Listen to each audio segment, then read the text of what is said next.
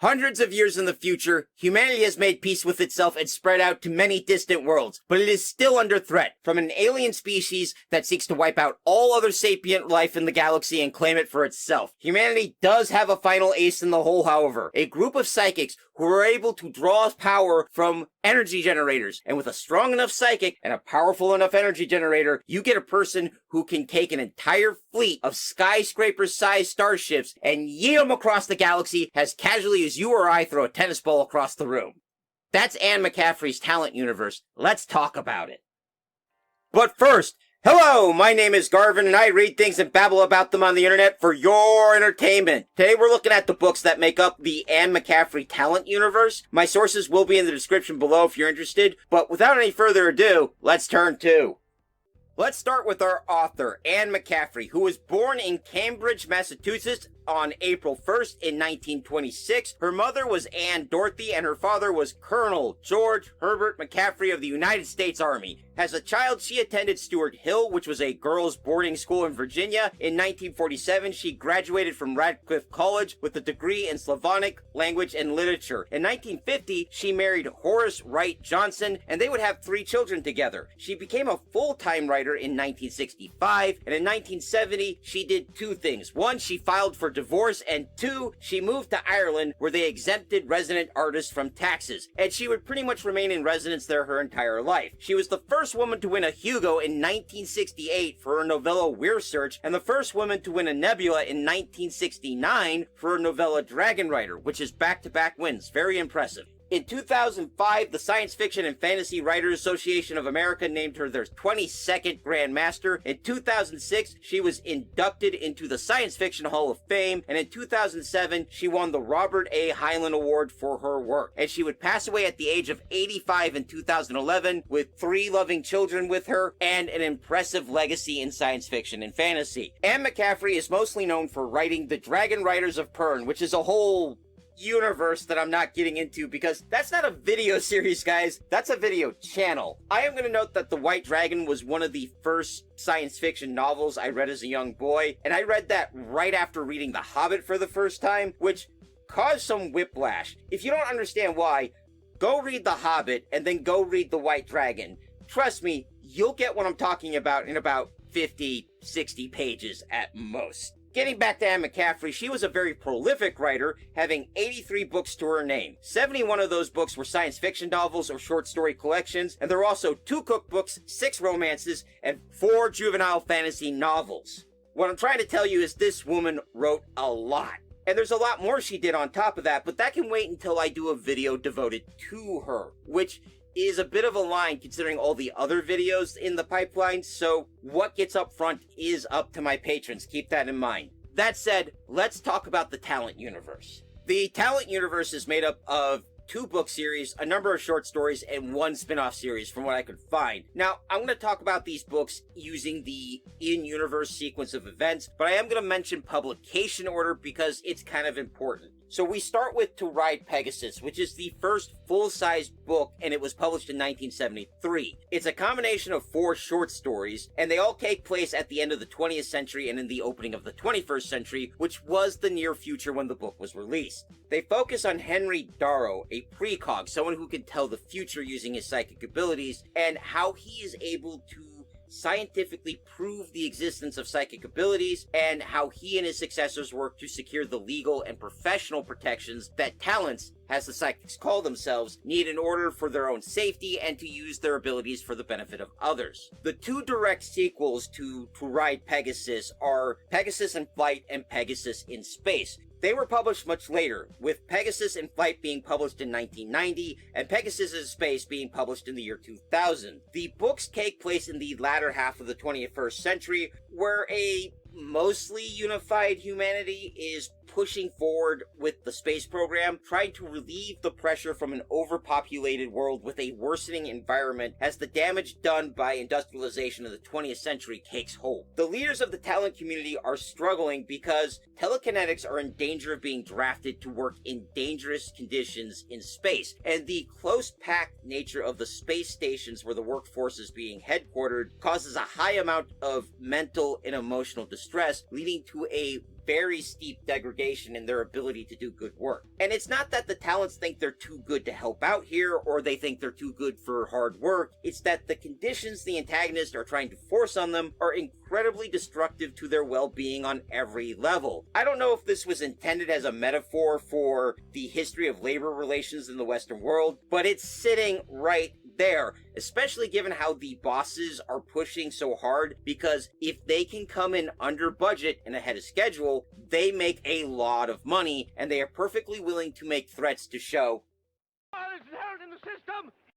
It's in these books that an important discovery is made, that some talents, specifically those who have telepathic and telekinetic abilities, can also be born with the ability to gestalt.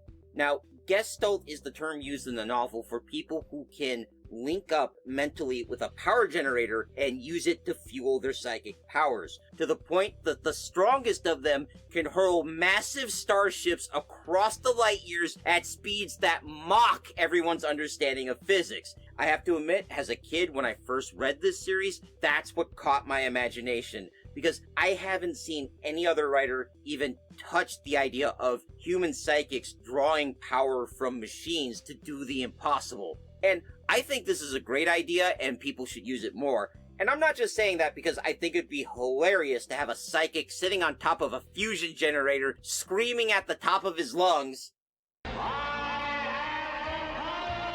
The second series in this universe takes place further in the future, at least in universe, but was actually started first. The short story Lady in the Tower was written in 1959 and had a sequel called Meeting of the Minds, published in 1969. Both of these stories would be reprinted in the short story collection Get Off the Unicorn in 1979. Lady in the Tower would become the seed for the novel The Rowan, which was published in 1991. Meeting of the Minds would provide the structure for the sequel novel Damia, which was published in 1992, and they were followed by the sequels Damia's Children in 1993, Lion's Pride in 1994, and The Tower and the Hive in 1999. So you can see there is some jumping back and forth in the timeline here. That's not meant as a criticism, just something I want you to keep in mind if you read these books for yourself. These books, The Rowan to Tower and the Hive, take place roughly around 300 years, give or take, from Pegasus in space. So by my math, we are somewhere in the 24th or 25th century. Humanity has expanded and has a government that calls itself the Nine Star League, and the Primes, the most powerful psychics who are able to gestalt with generators, are the linchpin of interstellar civilization.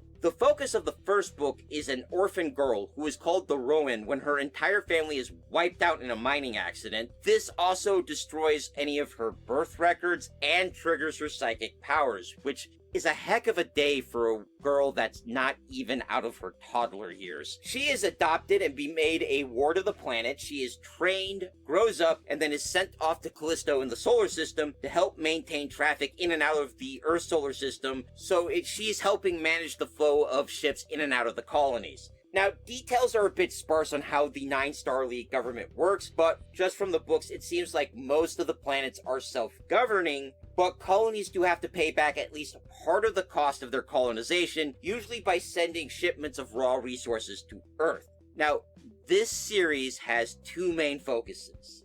First is the general overarching plot of the series, which kicks off when mysterious aliens attack one of humanity's newer colonies on the planet Deneb. The aliens are not held off by humanity's military strength, but by a wild talent who emerges from Deneb's population, not only to hold off the alien bombardment, but to telepathically reach out across star systems to Rowan for help. This not only kicks off a romantic plot for the novel, but starts a 3 generations long story throughout the entire series. This story is about discovering who these aliens are, finding their homes, finding allies, and searching for a solution to keep these aliens from attacking humanity and other alien races while avoiding their utter destruction. Now, the antagonist aliens themselves are honestly nothing special. They're an insectoid hive race where the queens are the only true thinking members of the species, and they're called Hivers in the story. You've seen this race before. You've seen this race before a lot. But it's the desire of some of the characters to find a way to not only make the galaxy safe from the Hivers, but find a way to curb the Hivers' genocidal tendencies without completely wiping them out that makes this story stand out. I did find other stories that had pretty much the same conflict going on. Most of them were hard-boiled military science fiction stories where destroying the aliens was presented as the only real option. Often it was presented as a regrettable option that no one liked, and in some stories it was almost celebrated. Those stories I didn't care for so much. But either way, no real effort was given to searching for an alternative. In the Talent universe, while humanity is willing and able to use military force to protect itself and others, there is at least an openness to alternatives, which is kind of refreshing. Now, don't get me wrong, there is nothing wrong with writing the story of a desperate war for survival, where all you can do is ensure the survival of yourself and your friends who don't view you as a particularly chatty source of protein. I'm just saying it's also good to have a different story where we don't have to go that far just to survive. Also, the Hivers aren't the only aliens in this story, and as I've mentioned, they're the least interesting aliens in this series. Humanity runs into an alien race that doesn't want to eat us, and has been locked in conflict with the Hivers for generations. The Mrdini... No, Mrdini... How do you say this? It's not...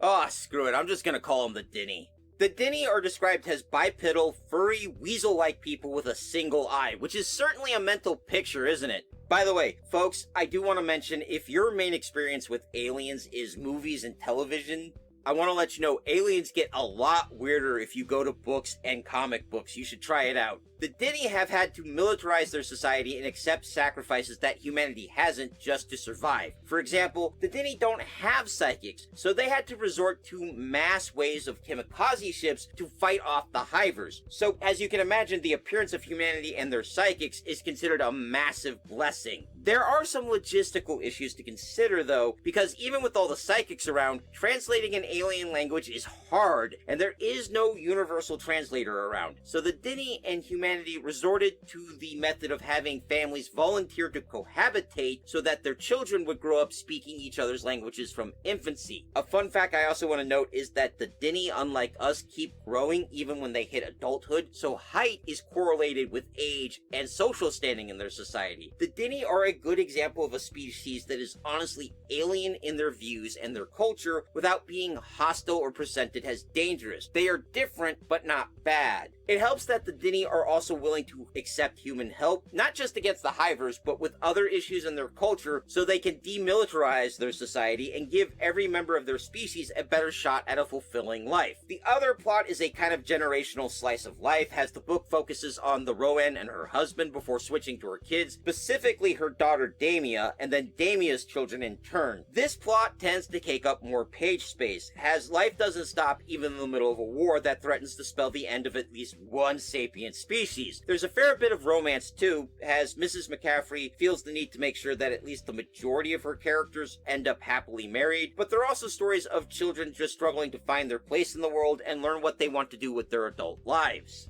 And that can be an interesting focus, but I do want to note it is a very narrow focus. The books are firmly focused on this family, their friends, and their romantic partners, and the struggles of this particular group of people during a period of warfare and change. So we don't see much, if anything, of the average person on the ground during all of this, because all of these kids are powerful psychics, which means while they do live lives of service, they are also very much the elites of their society. I mean, when your parents and grandparents are the kind of people who can throw entire fleets of ships across the galaxy and crush enemy invaders without getting up from their comfy chair, and you inherit at least a good chunk of their abilities, it's hard for you to be anything else but part of the elite part of your society. So we don't see how the average person lives, or we don't get any experience of the common fleet squid or jarhead. Also, Ms. McCaffrey isn't especially interested into delving into military maneuvers here, so don't expect chapter after chapter of fleet battles or firefights. More space is given to interpersonal conflicts and coming-of-age struggles, which honestly didn't bother me too much because I had plenty of places to go for hard-edge military science fiction when I had this. But I do want to note, if that's what you're looking for, this is not your cup of tea. Also, don't expect big world-building info dumps, especially like the type of stories that come from men who write about missiles and the people who love them. I'm not explaining that quip. If you know, you know. Moving on, there's also a 2-book spin-off series that focuses on cats of all things. Bark cats are cats that were bred for service on spaceships. They hunt vermin, alert the crews to environmental hazards, and keep up morale. They're described as being rather large for cats and rather bobcat-like in appearance, and incredibly intelligent for a cat. These books were written with Elizabeth Ann Scarborough and focus on the actions of a group of these cats who are for some reason human-level intelligent and are working to try and keep the League from having to destroy animals across the galaxy due to a pandemic. There are 2 books in this series, and since I haven't read them, I'm not going to get too deep here. I'll circle back to this in a future video.